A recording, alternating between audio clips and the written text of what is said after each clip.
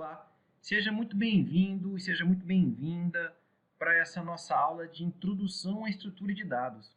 Aqui quem fala é o professor Daniel Vecchiato, eu estou ministrando essa disciplina de Estrutura de Dados este semestre, e vamos, nesta aula, estudar os principais conceitos, o que é uma estrutura de dados, dar uma estudada um pouquinho em análise de algoritmos, vamos percorrer aí sobre dar uma visão geral sobre o que nós vamos estudar neste semestre sobre estrutura de dados e finalizar com uma lista de exercícios, ok? Então vamos lá. A ideia aqui dessa aula é a gente estudar algumas estruturas de dados, estudar um pouquinho sobre análise de algoritmos, estudar a linguagem de programação C, então vai ser a linguagem que a gente vai utilizar no decorrer dessa disciplina, para fazer implementações das estruturas de dados. Vamos colocar alguns exercícios no final dessa aula e já vamos colocar a primeira lista de exercícios. Disciplina de estrutura de dados não adianta. Além de entender a teoria, nós temos que colocar isso em prática. Além de entender o porquê de usar a estrutura de dados, além de entender como implementar uma estrutura de dados, a ideia é entender como que a gente vai fazer para utilizar a estrutura e em que classe de problema que nós vamos utilizar essas estruturas.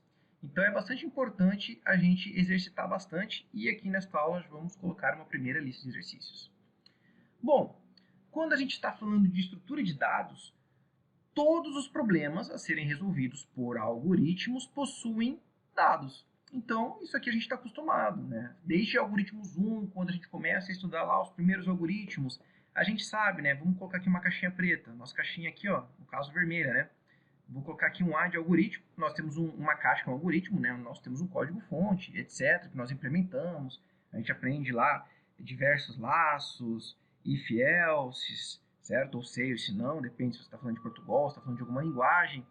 Mas tudo isso depende sempre também de uma entrada de dados, certo? A gente sempre tem uma entrada de dados e a gente tem também, depois que a gente faz o processamento desse nosso algoritmo, nós temos uma saída de dados. Então, nossos algoritmos sempre vão fazer alguma transformação nesses dados.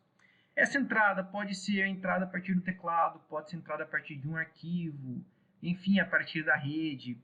A saída também pode ser num arquivo, pode ser na tela, pode ser por uma impressora, enfim. Existem diversas formas aí de entrada e saída, mas o nosso algoritmo ele só faz sentido se ele tiver alguma entrada para ele poder processar e a partir dele gerar alguma saída. Então, e esses dados que a gente usa, que a gente trabalha no desenvolvimento do nosso algoritmo, eles são armazenados em estruturas, certo? E essas estruturas são objetos de estudos dessa disciplina, né, que é a disciplina de estrutura de dados.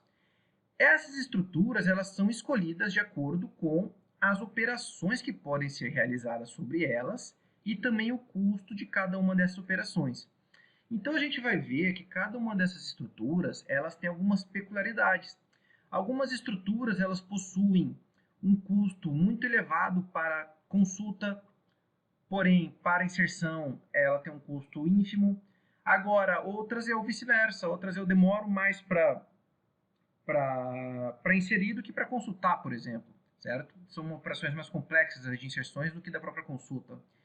Então, a gente tem que entender quais são as operações que podem ser realizadas sobre cada uma dessas estruturas e qual que é o custo de cada uma dessas operações. Será que a informação que eu vou armazenar eu vou inserir com frequência ou eu vou consultar com frequência? Então, ter essas questões, esses problemas mapeados, né, de saber se esse conjunto de dados eu vou aplicar mais consultas ou mais inserções, ou mais operações de remoções, esse conjunto de dados, esse conjunto de operações, ele é importante para saber em que tipo de estrutura que eu vou utilizar para armazenar esses dados. Então, uma estrutura de dados, o que ela é uma estrutura de dados? Ela é um meio para armazenar e organizar dados com o objetivo de facilitar o acesso e também facilitar as modificações desses dados. Então, eu posso dizer que estruturas de dados elas são abordagens para armazenar dados de formas que possamos usá-los de uma maneira mais eficiente. Então, vamos aqui olhar um exemplo. Né? Nós temos aqui um vetor, certo? A gente já está acostumado a isso, quem já fez algoritmos 1, algoritmos 2, já estudou aqui vetores. Sabe, então, que aqui nós temos um elemento 3, né? O número 3 no primeiro elemento, o número 50, depois o número 91, o número 20, o número 80, o número 30 e o número 90 aqui. Então, quando a gente faz uma pergunta, o número 20 está armazenado? Se eu preciso fazer um programa para saber se o número 20 está armazenado nesse vetor, o que a gente vai fazer? A gente vai fazer um laço, certo? Um for. E a gente vai verificar, o primeiro elemento é 20? Não. O segundo elemento é 20? Não. Vou colocar um X aqui. O terceiro elemento é 20? Não. O quarto elemento é 20? É, achei. Aí eu saio, certo? Então, neste caso aqui, eu tive que percorrer o vetor e acessei o vetor 4 vezes, certo? Agora, se eu perguntar se o número 100 ele está presente nesse vetor, vamos ver. Aí ele vai perguntar, este número aqui é 100? Não. O segundo elemento é 100? Não. O terceiro elemento é 100? Também não. O quarto elemento é 100? Não. O quinto elemento é 100? Não. O sexto elemento é 100? Também não. E o sétimo elemento é 100? Também não. Cheguei no fim do vetor e descobri que o número 100 não está presente no meu vetor. Então, qual que é o grande questionamento disso? O grande questionamento disso? Perceba que esse vetor aqui ele tem 7 elementos. Então, eu preciso percorrer ele, verificar esses meus 7 elementos para saber se o número está aqui ou não. Agora, imaginamos que se esse vetor aqui tivesse 1 milhão de elementos e eu fosse pesquisar um elemento que não existe nesse vetor. Então, eu teria que consultar 1 milhão de vezes. Eu teria que rodar esse vetor, né? Teria um laço que rodaria 1 milhão de vezes, certo?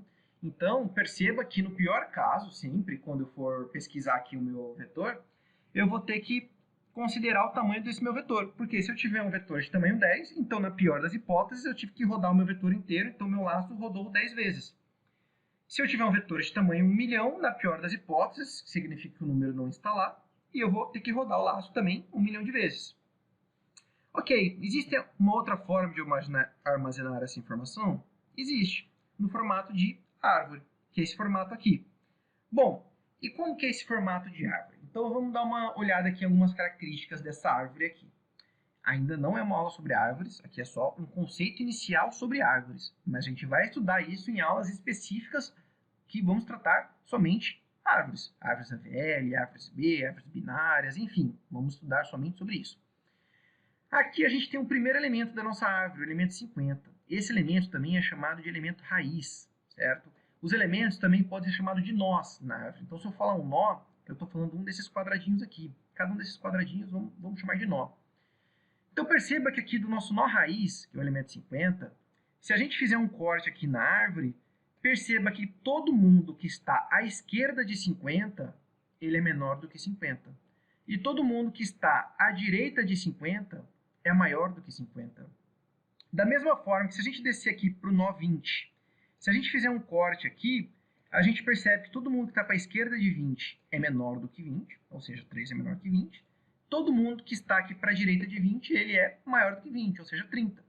Então perceba que 30 é um número que é maior do que 20 e menor do que 50. Da mesma forma aqui, se eu fizer um corte aqui no meu nó 90, eu vou saber que todo mundo que está para a direita de 90, ele é maior do que 90, e todo mundo que está para a esquerda de 90, ele é menor do que 90, certo? Então aqui nós temos aqui algumas características das nossas árvores. Bom, então, vamos supor aqui, se a gente quiser saber se o número 20 está armazenado, como que a gente faz? Primeiro, ele vai pesquisar aqui, número 20 está na raiz? Não. Número 20 é maior ou menor que a raiz? Ele é menor, então eu pulo para o meu segundo elemento aqui, o elemento da esquerda. Eu vindo aqui para a esquerda, o número 20 está armazenado? Sim, está aqui. Então, com duas consultas, eu cheguei no meu resultado. Sendo que aqui no meu vetor, eu tinha que pesquisar 1, 2, 3, 4 vezes, certo? Porque esse vetor aqui ele não está ordenado, então eu preciso pesquisar ele 4 vezes, certo? Então, a gente já percebe aqui uma vantagem de se armazenar em árvore em relação ao vetor, a depender do caso do que a gente está olhando, né? Neste caso aqui, a árvore foi mais benéfica.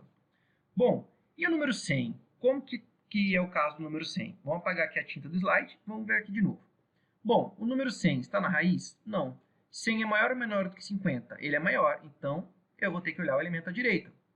Ok, Agora, este número aqui é o número 100? Também não. E o 100 é maior ou menor que 90? Ele é maior, então eu vou olhar para a minha direita. E agora, esse número 91 aqui, ele é 100? Não, não é. Então eu vou ter que olhar para a direita, cheguei num valor aqui que é nulo, né? Geralmente esses nós aqui, nós vamos estudar isso ainda, né? Aqui vai ter um valor nulo. Eu cheguei no nulo, percebi aqui que não encontrei o elemento 100, então com 3 consultas, né? 1, 2, 3 consultas, eu descobri que o elemento não está na minha árvore. Então, aqui nesse caso de um elemento que não está, no pior caso, eu faço quantas consultas nessa árvore? 3. E nesse vetor aqui, com o mesmo número de elementos, eu precisaria fazer 1, 2, 3, 4, 5, 6, 7 consultas. Então, perceba que, neste caso aqui, a árvore ganha do vetor, certo? Mas, obviamente, né, nem sempre a gente vai ter que usar a árvore. A árvore também não é uma bala de prata. Então, existem alguns casos que a gente precisa usar vetor. Por exemplo, o vetor eu faço um acesso a um índice muito mais rápido. Se eu preciso acessar o índice 3, é instantâneo, certo? Eu sei que o índice 3 ele vai estar aqui, ó. Esse aqui é o 0, 1, 2, o índice 3 é este cara aqui. Quando a gente faz um acesso ao vetor, que a gente coloca lá, vetor na posição 3, né? A gente coloca lá entre colchetes, lembra lá da nossa programação, né? Entre colchetes 3. Ele já vai acessar direto este item do vetor com apenas uma instrução. Eu não preciso executar várias instruções e sair navegando no meu vetor. Então ele seria muito mais rápido que da árvore, certo? Porque a árvore eu tenho que sair navegando entre os nodos dessa minha árvore. Perfeito? Então, vamos continuar aqui para ver mais algumas outras estruturas, certo? Aqui tem uma última perguntinha, né? Quantas comparações foram necessárias para responder cada pergunta em cada estrutura? A gente já respondeu, né? Então vamos continuar. Bom, então, quais são os tipos de estrutura de dados que existem? Bom, existem diversas estruturas de dados. A gente vai tratar das principais aqui nesta disciplina. Bom, a gente já está acostumado a trabalhar com vetor, acho que é um dos primeiros que a gente aprende, né, lá em algoritmos 1 ou algoritmos 2, depender da ementa do curso. E o vetor é uma estrutura de dados linear que pode conter uma lista finita de elementos de dados. Beleza. Então, o vetor, geralmente, ele tem um tipo de dados homogêneos também, certo? A gente sempre tem o mesmo tipo de dado dentro do vetor. Então, ou eu tenho um vetor de números inteiros, ou eu tenho vetor de floats, ou eu tenho vetor de valores booleanos, né, que seria true ou false, né, o verdadeiro ou falso. Então, geralmente, um vetor ele é uma estrutura de dados linear de tamanho finito e também com tipo de dados homogêneos, sempre o mesmo tipo de dado. Depois, a gente tem a lista ligada. A lista ligada ela é uma estrutura de dados que possui duas partes, sendo a primeira conteúdo e a segunda um elo de ligação. Então, neste caso aqui, ó, que ele fala primeiro conteúdo, seria esse quadradinho aqui, representando a informação. Aqui dentro, eu posso guardar qualquer coisa. Eu posso guardar um valor inteiro, eu posso guardar um registro, né? Ou para quem já lembra da linguagem C, né? A gente tem o struct, né? Uma estrutura, certo? Então, aqui eu poderia guardar várias variáveis. Poderia guardar, por exemplo, digamos que eu queira fazer um sistema de pacientes. Então, aqui minha informação poderia ser um paciente. Poderia ter aqui o nome do paciente, a idade dele, se ele tem alguma comorbidade, qual é o peso dele, a altura, certo? Qual é o seu gênero e assim por diante. E aí, a segunda é o elo de ligação, que é esse ponteiro aqui que a gente chama, né, de próximo, que ele vai ligar para a próxima estrutura. Então, perceba que aqui nesta minha lista ligada, eu tenho três nós, certo? 3 informações. Mas a gente vai aprender ainda, né, numa aula específica sobre lista ligada, que as listas ligadas elas são estruturas que elas são dinâmicas, certo? Elas crescem com o passar do tempo quando eu quiser alocar mais memória. Então, se eu precisar de um nó extra, eu vou alocar na memória, a gente vai aprender isso, né? Como alocar na memória. Eu aloco mais um nó, certo? Esse meu nó vai ter a informação aqui, né? Vou colocar inf de informação. Esse ponteiro ele passa a apontar para esse meu próximo elemento e eu venho aqui, esse cara aqui é o meu ponteiro do próximo. Se eu quiser colocar mais um item na lista, eu aloco mais uma região de memória, coloco aqui mais uma informação, certo? Coloco aqui esse ponteiro apontando para essa nova informação e esse ponteiro aqui pode apontar para nulo, né? Esse símbolo aqui representa um nulo, seria o fim de lista, certo? Então, quando a gente vai aprender lista ligada, a gente vai começar a trabalhar com listas dinâmicas, né? Uma lista que aí já é diferente do vetor. Por quê? Porque o vetor, a gente já tem um elemento finito e um elemento fixo. Por exemplo, quando eu instancio meu vetor, quando eu declaro meu vetor, eu já falo, olha, eu quero um vetor de tamanho 10. Então, o meu vetor vai ter 10 elementos, pronto, acabou. Eu não posso ir lá e aumentar esse meu vetor de tamanho 10, agora eu preciso de mais 5, e coloco mais 5. Não dá. Agora, a lista ligada já é usada em casos no qual eu não sei qual que é o tamanho da lista que eu vou precisar. Então, eu posso alocar uma lista inicialmente com 10 elementos. Assim que eu precisar de mais elementos, eu vou alocando novos elementos e vou incrementando a minha lista, vou aumentando a minha lista. Então, nesse ponto de vista, a lista ligada ela é dinâmica, certo? A lista ligada ela é dinâmica, enquanto o meu vetor ele é, vamos colocar aqui um ezinho de estático, certo? Então, mas pode falar assim, bom, professor, então significa que eu vou sempre usar a lista ligada e vou deixar de usar vetor, porque o vetor é estático e a lista ligada é dinâmica? Não. O vetor ele tem suas vantagens em cima da lista ligada. Por quê? Como que eu faço numa lista ligada, por exemplo, para acessar esse terceiro elemento? Eu só tenho acesso ao início da lista. Eu tenho que acessar o primeiro elemento, para depois acessar o segundo, para depois acessar o terceiro elemento. Já no vetor, eu colocaria lá meu vetor na posição 2, né? Que é 0, 1, 2, e acessaria o meu terceiro elemento da lista, certo? No índice 2, acessaria o terceiro elemento da lista, do meu vetor, no caso. Então, nesse contexto, o vetor acaba sendo mais rápido. O acesso direto ao vetor é muito mais rápido que na lista. Mas esse tipo de questão, esse tipo de detalhamento, nós vamos estudar com calma quando a gente tiver uma aula especificamente sobre lista ligada. Esta aula aqui é uma aula inicial, na qual eu só estou relatando, mostrando, dando aí um overview bem geral sobre as estruturas que nós vamos estudar. Ok, uma outra estrutura que nós vamos aprender é a árvore. E a árvore é uma estrutura de dados e tem diversos tipos de árvores também. Nós temos a árvore AVL, a árvore vermelha e preta, a árvore B, a árvore B+, enfim, tem diversas, a árvore binária, tem diversas árvores que nós vamos estudar, cada uma delas. E a árvore ela é uma estrutura de dados, onde os dados estão dispostos em uma ordem hierárquica e contém um relacionamento entre vários elementos. A árvore é aquela figura que eu te mostrei no slide passado, certo? Mostrei a diferença entre ela e o vetor, e vamos deixar um detalhamento melhor sobre ela na aula específica sobre a árvore. Bom, depois nós temos também a pilha e a fila. A pilha ela é uma estrutura de dados linear em que a inserção e a exclusão ocorrem em um único lugar, ou seja, no fim da estrutura, certo? Então essa é a definição de pilha. A pilha, a gente tem que lembrar que é mais ou menos como se fosse uma pilha de prato num restaurante, certo? No restaurante self-service a gente tem uma pilha de pratos. Então, quando o garçom chega, lavou um prato, por exemplo, vai colocar um prato. Ele põe aonde? Ele põe no topo da pilha, certo? Ou que, no caso, o fim da estrutura. Então, por exemplo, se a gente tem aqui vamos dizer aqui, a gente tem uma pilha de pratos, certo? Quando chega um novo prato, eu vou pôr aonde? Eu vou pôr sempre aqui, ó, no topo. No topo, um prato novo entra aqui. E quando eu for remover um novo prato, de onde que eu removo? Ah, chega alguém para comer. Ele vai pegar sempre aqui de cima da pilha. Então, a inserção e a remoção é sempre aí no topo da minha pilha. Ah, e onde que eu utilizo estrutura de dados pilha? Quer ver um lugar que você utiliza no dia a dia?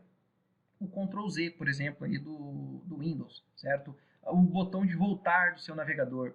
Perceba que quando eu vou acessando, né, os sites, por exemplo, entrei no site do Google. Então eu fui aqui e entrei no site do Google. Olha só a letra de uma criança de 1 ano de idade, certo? Aqui, ó, digitei no Google. Beleza, depois que eu entrei no Google, vamos supor que eu acessei o site do Wikipedia. Aí, então, eu coloco na pilha o Wikipedia em cima. Beleza, aí do Wikipedia, né, eu cliquei lá numa propaganda, certo? E entrei num site de um carro. Vamos colocar aqui carro, por exemplo. Eu vi um carro lá, achei bonitão lá na propaganda, cliquei. Entrei no site desse carro. Beleza, então perceba que eu saí empilhando. Entrei primeiro no Google, depois entrei no Wikipedia, depois acessei o site do carro. Beleza, se eu estou aqui agora no site do carro, quando eu aperto voltar, eu volto para onde? Eu volto para o site do Wikipedia. E se eu apertar voltar de novo? Eu entro para o site do Google. Então perceba que aí eu tenho uma estrutura de dados baseada em pilha. Bom, e a fila? Onde que entra a fila? Bom, a fila já é diferente. A fila é uma estrutura de dados linear também, em que a operação de inserção se dá no fim da lista e a exclusão no início da lista. Então, no caso da pilha, eu sempre tenho a inserção e a exclusão sempre no mesmo lado. Isso é a pilha. É a fila já é o contrário, né? A fila, sempre que a gente tem uma fila, onde vamos supor que aqui é o início da fila, certo? E aqui é o fim da fila. Então, a inserção é sempre onde? No fim da fila. Quando você chega no mercado, né? Ou quando você chega no banco, você vai para o fim da fila e entra no fim da fila. Então, você, a sua pessoa, é inserida no fim da fila. E quando alguém vai ser atendido, quem que é atendido? Quem é excluído da fila é o primeiro elemento, certo? É o primeiro item da lista, quem está no início da lista. Né? Então, a gente tem aí esse conceito de fila e pilha. Quando a gente aprende lista ligada e entende muito bem a listas, sabe inserir, excluir, etc., o entendimento de pilha e fila ele é bastante tranquilo. É só a gente entender onde que é feita a inserção e a remoção. Bom, pode ter parecido complicado, pode ter aqui um bando de rabisco aqui nesse slide, mas a ideia aqui é só dar uma visão geral de cada um desses assuntos. A gente ainda vai ter uma aula específica sobre cada um deles. Então, fique tranquilo, ok? E continue aqui comigo. Bom, uma coisa muito importante para a gente aprender também é sobre análise de algoritmos. Por que a gente estuda análise de algoritmos? Bom, a gente, como um desenvolvedor sério, né, como um bacharel aí em sistemas de informação ou em ciência da computação, a gente precisa saber uma previsão dos recursos que o algoritmo vai necessitar, certo? Essa previsão em termos de memória, em termos de largura de banda de comunicação, em termos de hardware, de onde ele vai rodar, em termos também de tempo de computação. Então a gente sempre tem que se preocupar com que a gente faça o algoritmo mais ótimo possível, mais otimizado possível. E envolve, então, dois tipos de problemas distintos. Um deles é a análise de um algoritmo particular, então eu pego um algoritmo específico, calculo o custo de determinado algoritmo na resolução de um problema, e também a análise de uma classe de algoritmos. Então a gente vai ver algumas classes de algoritmos e vai determinar o algoritmo de menor custo possível para resolver um problema. Por exemplo, classe de algoritmos. A gente tem os algoritmos gulosos, a gente tem, por exemplo, algoritmos recursivos. Então, a gente vai aprender aí diversos tipos de algoritmos e vai ver que algumas classes têm algumas peculiaridades comparadas com outras. Beleza? Então, quando a gente vai estudar análise de algoritmo, a gente sabe que um algoritmo nem sempre se comporta de um modo uniforme. E a gente tem que identificar, então, 3 casos. Né? A gente sempre vai ter o pior caso, que é o maior tempo de execução sobre todas as entradas de tamanho n. A gente tem sempre o melhor caso, que é o menor tempo de execução sobre todas as entradas de tamanho n. E o caso médio, que é a média do tempo de execução sobre todas as entradas de tamanho n. Então, quando a gente está pensando nisso, vamos pensar aqui no jogo da Mega Sena, por exemplo. Qual que é o melhor caso? Eu vou jogar na Mega Sena pela primeira vez na vida, joguei 6 números e ganhei na Mega Sena. Esse é o melhor caso. Então, não importa, né? A quantidade de números que a gente tem, de combinações de 60, 6 a 6, né? Que são o número de elementos da Mega Sena, que eu poderia jogar na Mega Sena. Vamos pensar que esse é o nosso N, né? O número de combinações de 60, 6 a 6, que é os 6 números da Mega Sena que eu preciso para ganhar na Sena. Então, o melhor caso seria eu jogar uma vez e ganhar na Mega Sena. Beleza. E qual que é o pior caso? É eu jogar todos os números possíveis, certo? E ganhar no meu último número. Né? Vamos supor que os números eles não se repetem, certo? Uma vez que ele jogou um número, aquele número já não, aquele conjunto de 6 números ele não é mais elegível. Então, nesse caso, o pior caso seria eu joguei todos os possíveis até chegar no último número. E o melhor caso no tamanho n. E o caso médio? O caso médio sempre vai ser ali no meio das nossas opções. Né? Por exemplo, se eu escolho um número de 1 a 10 na minha cabeça e falo para você adivinhar esse número, você pode chutar, eu chuto 4. Eu falo, não, 4 não é. Você chuta 7, eu chuto, 7 não é. Chuta 8, 8 não é. Então, o melhor caso você vai acertar com uma tentativa. No pior caso, você vai acertar com 10 tentativas. E no caso médio, você vai acertar ali com 5 tentativas, certo? Que seria ali um caso assim no mediano. Bom, então, quando a gente fala em tempo de execução de um algoritmo, ele aumenta proporcionalmente ao tamanho de entrada n do problema. Então, isso é quando a gente estuda, né, é o estudo da eficiência assintótica, ou a notação que a gente chama de Big O, né, que seria aqui o O maiúsculo. Então, a gente vai ver que, dependendo do tamanho do meu problema, né, a partir do problema que meu n começa a aumentar, que a entrada começa a aumentar, o tempo de execução também começa a aumentar. Mas o tempo de execução pode aumentar de forma constante, de forma linear, de forma exponencial. Então, vamos aqui no próximo slide dar uma olhada em como que aumenta esse tempo. Então, vamos analisar aqui comigo este gráfico sobre a notação assintótica, né, de alguns algoritmos, né? Vamos ver aqui como que funciona o crescimento, né, do tempo de execução aqui em termos de operações dos meus algoritmos a depender da entrada, certo? Então, dependendo da quantidade de dados, que a gente vai chamar de n, né, o nosso algoritmo ele pode ser constante, ou seja, a gente chama de O de 1, ou seja, na pior das hipóteses, ele sempre vai custar uma operação. Então, por exemplo, se eu quero acessar a posição 10 do meu vetor, não importa se esse meu vetor tem 1 milhão de elementos, se ele tem 5, se ele tem 10 elementos no caso, se ele tem 11 elementos, se ele tem 1 bilhão de elementos. Se eu quero acessar a posição 10, eu passo lá, posição 10, e ele vai acessar com uma operação o tamanho, aquele índice do meu vetor. Então, com isso, eu tenho aqui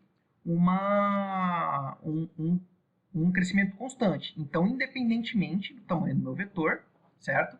Eu vou ter sempre uma operação apenas. Beleza. Agora, né, pode ser também que o meu crescimento ele seja log de n. Que tipo de problema que a gente tem esse crescimento log de n?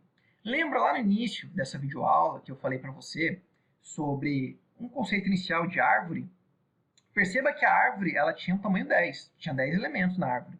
Mas para fazer uma consulta na árvore, eu sempre ia dividindo o problema na metade.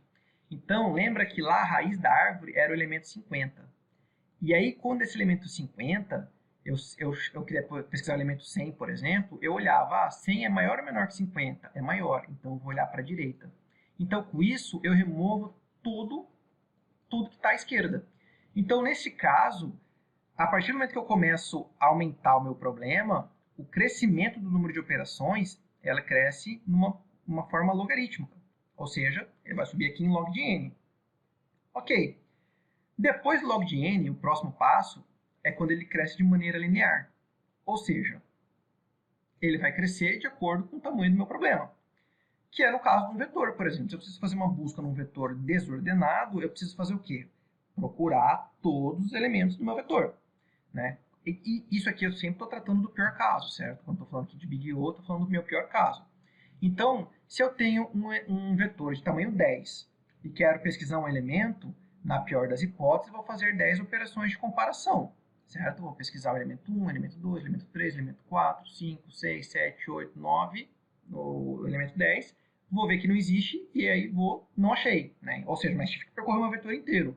Agora, se meu vetor tiver tamanho 1 milhão, eu vou ter que pesquisar esse meu 1 milhão de elementos, certo? Então aí eu tenho um crescimento já um pouquinho maior, certo? Eu tenho um crescimento aí linear. Bom, outro problema, né? A gente tem agora em que a gente começa que o tamanho do problema começa já a crescer um pouquinho mais do que, né, o número de operações começa a crescer um pouquinho mais do tamanho do meu problema, que é aqui no caso do n log de n. Um exemplo de n log de n. Vamos supor que eu queira pesquisar 10 elementos numa árvore de tamanho 10. Então, se eu quero pesquisar 10 vezes, eu tenho meu n aqui, né, que vão ser 10 vezes, e a pesquisa numa árvore é log de n, igual a gente já estudou aqui, né, que eu já dei uma explicada rápida para você. Então, esse é um tipo de elemento, né, de problema que a gente vai ter um custo aí de n log de n. Existe aí um outro problema, né, um n quadrado, que seria, por exemplo, né, existem, assim, um algoritmo bem simples de multiplicação de matrizes é um problema de n quadrado. Né? A gente tem uma matriz, né, a matriz, se a gente tem uma matriz 4x4, por exemplo, na verdade a matriz até é cúbico, né? Se você não implementar certo, n é o cubo. Mas aqui, por exemplo, para percorrer a matriz. Percorrer uma matriz é n quadrado, certo? Porque se eu tenho uma matriz de tamanho de 4, uma matriz quadrada de 4 linhas e 4 colunas, certo? Eu vou ter que percorrer ela 16 vezes. Agora, se ela tem 5 linhas e 5 colunas, eu tenho que percorrer ela 20 vezes. E se eu tenho 100 linhas e 100 colunas, certo? Então, eu tenho que percorrer 100 vezes, né? Esse é o número de operações que eu vou percorrer na minha matriz. Então, aí, matriz é um problema, né? Quando eu adiciono aí uma nova linha, uma nova coluna, ele vai crescendo de uma forma quadrática. E agora, e o pior dos casos ainda? Quando eu tenho 2 elevado a n, né? Eu tenho aqui um valor aqui exponencial. Um algoritmo de exemplo disso aqui é um algoritmo de força bruta. Digamos que eu tenho uma senha para quebrar, né? Essa senha tem de 1 até 6 dígitos, por exemplo, né? De 1 a 6 dígitos. Então, eu tenho que pesquisar todos os números possíveis, né? Eu teria que pesquisar, por exemplo, aqui o número 1, depois o número 2, depois o número 3, 4, 5, 6, 7, 8, 9. Aí tem aqui 1, 2, 1, 3, 1, 4. Então, perceba que com 6 elementos, o tamanho do meu problema é 6, eu tenho que pesquisar aqui pelo menos 999.999 operações. E se eu adicionasse mais um númerozinho, o meu problema agora de 6 passou a ser 7. De 999.999, ele já passa a ser 9.999.999. Então, perceba aqui que a gente já tem um crescimento exponencial, certo? Então, a gente sempre tem que tomar cuidado com a implementação do nosso algoritmo, porque às vezes tem um problema que a gente poderia resolver sendo log de n, mas a gente resolve ele em n ao quadrado. Então, veja qual que é a diferença aqui da curva do crescimento do número da quantidade de dados para o número de operações que a gente executa. Isso aqui é algo assim que eu expliquei bem rapidamente, né? Assim, é um conceito bem inicial, primeira vez talvez que você esteja aprendendo esse conceito, mas que quando a gente for estudar cada um dos algoritmos, eu sempre vou atentar a esse gráfico aqui. Eu sempre vou voltar e vou falar, pessoal, olha, esse algoritmo aqui, ele é log de n. Por quê? Por causa disso, daquilo. Esse aqui, ele é O de n. Esse aqui é n log de n. E assim a gente vai... Eu vou mostrando isso para vocês, beleza? Então, a gente vai estudar aí alguns algoritmos de ordenação, que no pior caso ele vai custar n log de n, né? A gente vai aprender alguns aí que são alguns algoritmos aí de busca que são log de n. Então, a gente vai aprender vários algoritmos em várias dessas classes aqui de grandezas, ok? Então, vamos dar agora uma relembrada aí na linguagem C, só para refrescar a sua memória. Bom, então aqui vamos voltar aqui a ativar as sinapses, relembrar lá do nosso fundo da nossa memória um pouquinho da programação em si. Mas eu sei que você provavelmente continua implementando aí na sua casa quando não tinha nada para fazer, né? De vez em quando abria aí o editor de texto, o Gedit, alguma ideia de programação e programava em C para manter esse conhecimento ativo. Mas, se você não lembra muito bem, vamos aqui para relembrar. Bom, sempre a gente começa um programa em C com include stdio, certo? A gente sempre faz essa inclusão da nossa biblioteca padrão, né? O std de standard e o IO de input output, certo? Para a gente ter alguns comandos, como scanf, printf, por exemplo. A gente tem a nossa função main, nossa função principal, né? E aí a gente está aqui declarando algumas variáveis, a variável a, a variável b, e a variável pt, que começa com o valor 1. Aí a gente tem um printf aqui, que vai solicitar ao usuário, digite a, né, que seria a nossa variável a, e ele vai fazer uma leitura com o nosso comando scanf. Lembrando que quando eu quero ler o inteiro, eu uso o nosso formatador %d. E lembrando que, quando eu uso scanf, eu preciso passar o endereço de memória da minha variável. Então, eu preciso ter esse comercial aqui na frente da nossa variável. Então, isso aqui lembra da linguagem de programação que a gente aprende lá, né, passagem de parâmetro por valor, por referência, etc. E a gente entende o porquê que o scanf precisa receber esse endereço de memória, certo? Porque ele vai fazer uma alteração na variável e essa variável vai e o valor dela vai se alterar aqui dentro da nossa função main. Bom, aí a gente tem aqui o printf, digite b, certo? E a mesma coisa, a gente vai fazer o scanf usando %d porque é um inteiro, estamos lendo aqui b com o nosso e comercial. Pronto, beleza. Nesse momento aqui, tem o a e b inicializado. Então, vamos supor que o usuário digitou, no valor a, ele digitou 5, né? Vamos colocar aqui a igual a 5, e vamos colocar aqui b é igual a 2, por exemplo. E aí vamos ter um laço, for. Então, lembra que o laço a gente sempre tem três posições aqui, certo?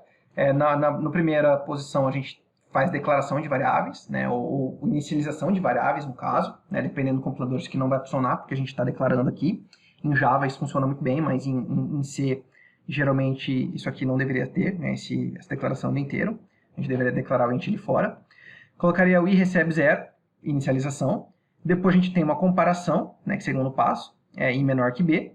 E o terceiro passo, um incremento, né, dando i mais mais. Então, i começa valendo 0, 0 é menor que 2, beleza, ele vai executar, ele vai fazer aqui, pt recebe pt vezes a, ou seja, 5, 1 recebe, pt recebe 1 vezes 5, ou seja, pt igual a 5.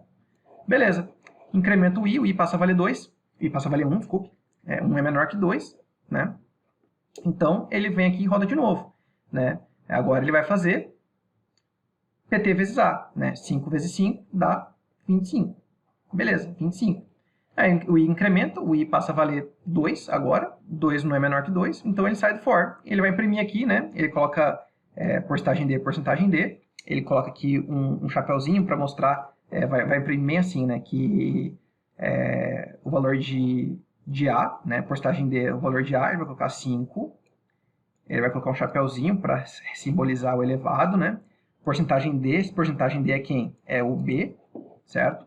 Elevado a 2. Ele vai colocar um espaço igual ao espaço, então vai ter um espaço igual mais um espaço, é igual a porcentagem D, e esse porcentagem D é o quê? PT, quem que é PT? 25, então vai dar aqui 25.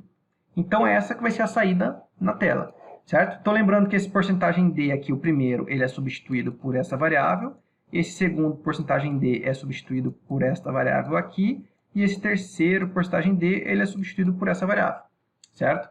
Bom, esse outro programa aqui, vamos aqui aumentar um pouquinho o sarrafo, né? A gente tem aqui um struct, certo? Uma estrutura, lembrando de registros que a gente aprende em algoritmos. E a gente tem aqui uma estrutura aluno. O aluno tem o quê? Ele tem um RGA e tem uma nota, certo? O RGA do tipo inteiro e a nota do tipo double. E aí eu faço só um typedef para falar que o meu struct aluno, a partir de agora, ele vai ser conhecido por aluno. Então, eu estou criando um novo tipo para o meu programa, né? Assim como eu tenho inteiro, como eu tenho float, agora eu tenho o tipo aluno. Eu venho aqui na minha função main e declaro um array, né? Um vetor de alunos, ou seja, de tamanho 10, né? Então, chamado de turma. Então, minha turma tem 10 elementos do tipo aluno. Beleza. Aí aqui eu tenho um laço que vai de 0 a 9. Para que esse laço de 0 a 9? Para percorrer todo o meu vetor, certo? O meu vetor tem 10 elementos, então ele vai do índice 0 a 9. Tranquilo. E o que ele faz aqui? Ele pede para digitar o RGA do aluno, aqui ele faz o scanf usando porcentagem D, certo? Para ler o inteiro, e está lendo aqui, olha, turma na posição i.rga. Então lembra que para eu acessar um elemento do meu registro, eu sempre coloco o nome da variável, .rga, o nome da variável, .nota, no caso, né? É sempre o meu nome da variável, o elemento desse meu registro. Então, aqui é isso aí, eu falo turma na posição i, então eu estou pegando um aluno daquela turma, certo? Tem o meu vetor aqui, meu vetor tem 10 elementos, cada um desses elementos tem um aluno lá dentro, tem um aluno. Então, quando eu faço turma na posição i, eu estou pegando um aluno, uma variável do tipo aluno, certo? Então, por isso que eu faço .rga para pegar o RGA desse meu aluno. Beleza. Aí peço para digitar média e faço a mesma coisa aqui, né? Vou lá e digito a nota do aluno. Lembrando sempre que eu tenho um e comercial na frente, porque eu estou fazendo um scanf, beleza? De um inteiro aqui, no caso aqui de um double, certo? Beleza. Então, li tudo. Aí eu coloco que a média da minha turma é 0, inicializo com 0. Faço um outro laço aqui, deixa eu só apagar para ficar mais tranquilo, né? Fica mais fácil de ler. Tá. Vamos apagar a torneira do slide, vamos lá. Então aqui eu pego, coloco aqui mais um laço. Opa, passei aqui o slide. Coloco mais um laço. E aí eu tenho esse for que vai fazer o cálculo da média. Então esse laço aqui ele vai de 0 a 9. Perceba que o i ele é menor que 10, né? Ele começa em 0, ele é menor que 10. Começa em 0, vai ter menor que 10, então ele vai de 0 a 9. Sempre incrementando de 1 mais 1. E minha média é uma variável acumuladora, que ele vai receber aqui, olha, média mais turma na posição i, ponto nota. Ou seja, ele vai pegar o primeiro elemento da turma, vai pegar a nota desse primeiro elemento, ou no caso, o primeiro aluno, vai somar com a nota do segundo aluno, com a do terceiro, com a do quarto, com a do quinto, e vai somar dos 10 alunos. Aí eu vou chegar aqui e vou ter a minha média, recebendo média dividido por 10. Ou seja, se eu tenho 10 alunos, somei a nota de todo mundo, tem que dividir por 10 para normalizar essa nota, né? E a nota ficar uma média de 0 a 10. E aí, no fim, eu só imprimo qual que é a média da turma. Então, aqui, mais um programa para você relembrar essa parte de usar a estrutura, como que eu acesso um elemento da estrutura, certo? Tanto na leitura, tanto na hora que eu preciso fazer o uso dele dentro de uma expressão. Beleza? Bom, por fim, a gente tem aqui um outro programa, né? Então, vamos lembrar que é uma questão aqui relacionada a ponteiros, certo? A gente tem aqui uma função chamada zeravet. A gente tem aqui um ponteiro, certo? Aqui chamado int, do tipo int, né? Chamado p1. E tem um tamanho também. Bom, mas vamos começar a olhar a partir da nossa função main. Nossa função main tem um vetor. A gente tem aqui o valor 1, 2, 3, 4, 5 nesse meu vetor de tamanho 5. Já é inicializado aqui. E aí eu tenho o ponteiro que aponta para vetor. Então ele tem aqui, né, no caso, na memória, a gente fez aqui um ponteiro que ele aponta para o meu vet1. Beleza.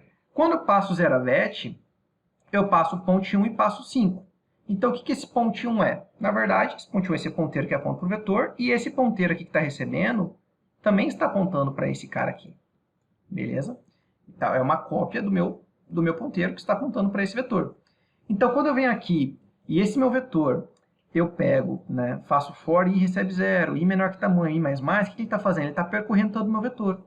Quando ele vem aqui e faz p1 na posição i recebe 0, o que ele está fazendo? Ele está jogando 0 para onde o p1 está apontando. E onde o p1 está apontando? Para cá. Então, ele está jogando 0 aqui, 0 aqui, 0 aqui, 0 e 0.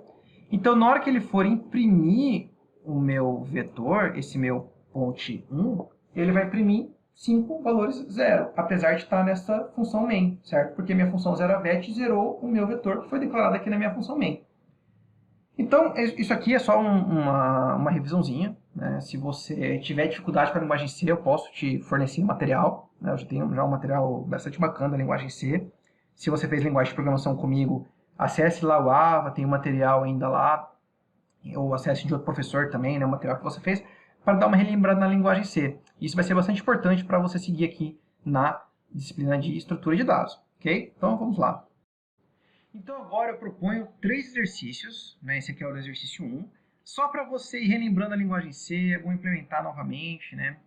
Para você relembrar essa nossa linguagem que nós vamos utilizar nesse semestre para o estudo de estrutura de dados. Então, nesse exercício 1, eu quero que você analise esse código e entenda o que será impresso nesse printf aqui embaixo, beleza? Então, a gente vai ter esse printf aqui embaixo e eu quero que você fale o que ele vai sair aqui nesse printf. Tente olhar, tente analisar, olhando o slide mesmo, e tente descobrir o que vai sair. Beleza, depois que você viu e achou, bom, acho que vai sair 5, acho que vai sair 6, acho que vai sair 10, acho que vai sair 20, enfim, você fala o que você acha que vai sair. Aí você pega esse código e executa, copia esse código no seu editor de texto preferido, na sua ideia predileta, né? O Gedit, por exemplo, para quem usa o Linux, né? Ou deve ser mais para quem usa o Windows, né? Quer baixar o Gine, enfim, o que você preferir. E aí você vê se você acertou ou não. Beleza? E se tiver alguma dúvida, aí entra no fórum lá do AVA e posta a pergunta que eu tento responder lá. Porque a sua pergunta, a sua dúvida pode ser de um outro colega. E se você viu uma dúvida de um colega, às vezes antes do que eu vi, você pode responder também. Então a ideia é que a gente sempre ensinando, a gente também aprende. Então essa que é a ideia. Beleza? O exercício 2, a ideia é complementar, né, completar o código abaixo para que a função troca realize a troca entre os valores apontados por A e B. Então aqui eu tenho a função main, aqui eu tenho o x e y. Na hora que eu chamar o troca x e y, o que você vai ter que fazer? Você vai ter que trocar o valor entre A e B aqui dentro dessa função troca, beleza? Então eu quero que você faça essa implementação. Se tiver dúvida, também entre em contato lá no fórum do AVA. E o exercício 3, dado uma sequência de n números reais, determinar quantas vezes cada número aparece, sendo que n é um valor entre 0 e menor ou igual a 100, beleza? Então vamos lá. Se eu digitar aqui n igual a 8, aí eu digito uma sequência. N igual a 8, por exemplo, coloquei uma sequência de 8 números, né? Menos 2.3, 5, 0, 3,5, 0, menos 2.3, 2.3, menos 2.3. Então perceba que eu tenho 1, 2, 3, 4, 5, 6, 7, 8 números. Por quê? Porque n é igual a 8. Beleza? E aí a saída é o quê? Falar que o menos n,2 ocorre 3 vezes. Aqui, ó. 1, 2, 3. Que o 5 ocorre uma vez, tá aqui. Que o 0 ocorre 2 vezes, aqui e aqui. Que o 3,5 ocorre uma vez e que o 2,3 ocorre uma vez, que é isso aqui. Então, essa que é a ideia desse exercício 3, beleza? Então, procure fazer esses 3 exercícios nessa semana ainda. A ideia é você reativar a sua memória, relembrar o exercício C, voltar a praticar, que você vai ver que conforme você for praticando, o conhecimento vai voltando, beleza? Então, vamos aqui agora para o último slide nosso. Enfim, chegamos no fim dessa primeira aula. Espero que você tenha conseguido prestar atenção e adquirido um pouco de conhecimento relativo ao que nós vamos aprender nessa disciplina. Tentei passar aqui um overview bem geral sobre algumas estruturas de dados que nós vamos estudar, um pouquinho da linguagem C para você já voltar aí a relembrar, já voltar a praticar, certo? E um pouquinho também de análise de algoritmos, para a gente aprender pelo menos as escalas de grandeza que nós temos aí na complexidade de algoritmos. E esse estudo dessa complexidade eu vou passar para você em todas as aulas. Sempre que a gente for aprender um algoritmo novo, uma estrutura de dados nova, eu vou mostrar aí para você como analisar, como a gente saber qual que é a escala de grandeza que esse algoritmo vai se comportar.